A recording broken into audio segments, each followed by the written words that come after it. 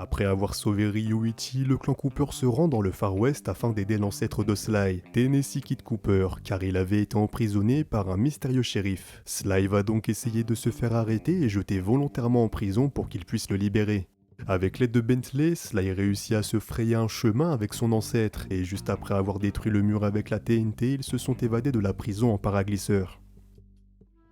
Une fois arrivé au refuge, Tennessee révéla qu'il avait prévu de commettre son plus grand vol, un braquage qui ferait de lui le plus grand hors-la-loi du Far West. Mais malheureusement, il avait été arrêté par Toothpick avant même qu'il ait commis le crime. Et étrangement, la banque avait quand même été volée alors qu'il était déjà en prison. Bien sûr, à ce moment-là, il savait que Toothpick était derrière tout ça et qu'il avait volé l'or. Du coup, le clan Cooper devait être très prudent car leur objectif était de récupérer l'or volé. Mais avant ça, Tennessee ira d'abord récupérer son arme qui était dans l'une des mines de Toothpick.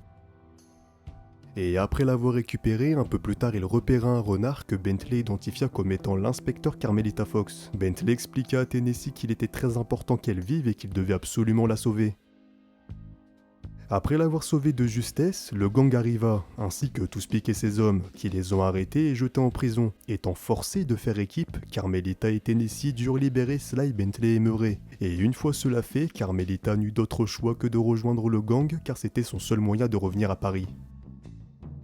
C'était enfin l'heure de l'opération finale et dans un premier temps, Murray a récupéré son van qui était à l'arrière du train et après l'avoir récupéré, il rattrapa les autres afin de les aider. Ensuite, après avoir atteint le terminal situé au milieu du train, Bentley pirata l'ordinateur central avec bien sûr le soutien de Carmelita. Et de son côté, Tennessee parcourut les wagons et un peu plus tard, il récupéra enfin son or avec l'aide de Bentley et Murray. Et Sly, quant à lui, de son côté, il était sur les toits. Voilà, bref. Ça y est, Tennessee avait enfin récupéré son or et juste après, il fut tenté de faire face à Toothpick. Mais malheureusement, plusieurs rats sont apparus et ont pris son arme, qui a été envoyée à Cyril le Paradoxe.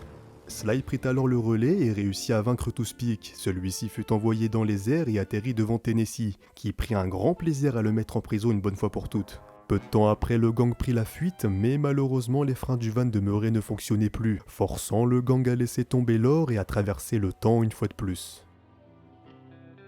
Plus tard, nous revoyons Tennessee dans le dirigeable du Paradoxe pour qu'il puisse récupérer sa serpe. La sienne a été récupérée par Sir Richard et un peu plus tard, il a libéré Sly et Carmelita avant de revenir à son époque.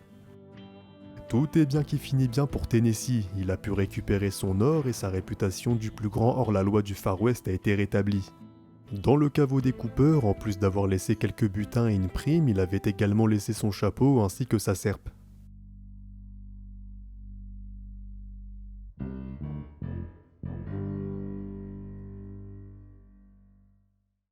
Tennessee est du genre à montrer beaucoup d'enthousiasme, il est plutôt confiant et agit comme un comique à divers moments, mais malgré ses plaisanteries la plupart du temps, il sait rester très sérieux quand il le faut, et il prend très au sérieux son héritage familial, allant même jusqu'à soupçonner Sly de se moquer du clan Cooper, car il n'aime tout simplement pas qu'on se moque de son nom de famille. Cependant, bien sûr, il a dit plus tard à Sly qu'il savait depuis le début qu'il était un Cooper, et a suggéré qu'il ne faisait que le tester pour le confirmer.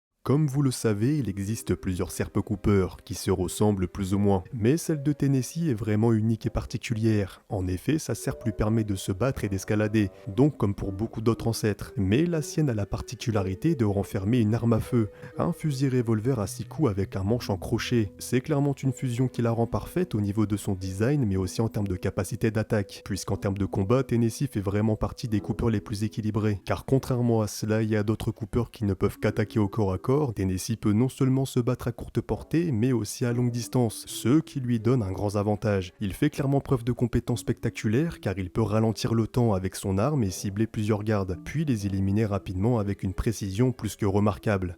Il est tout simplement le seul à pouvoir se débarrasser de plusieurs gardes en même temps à distance. Sly Cooper et les autres ancêtres de Sly 4 en sont incapables. Sinon, si on devait parler de personnages hors des ancêtres, nous pouvons mentionner le Panda King avec ses feux d'artifice et Carmelita avec son électrogun, qui sont plus ou moins en mesure de faire de tels exploits. Pour ce qui est de ses différentes attaques au corps à corps, il peut lancer un barrage de balles autour de lui pour tirer sur tous les gardes. Il peut également sans viser tirer une grosse balle qui cible les gardes proches devant lui. Et son attaque spéciale, il envoie le garde en l'air en le terminant avec un tir de revolver.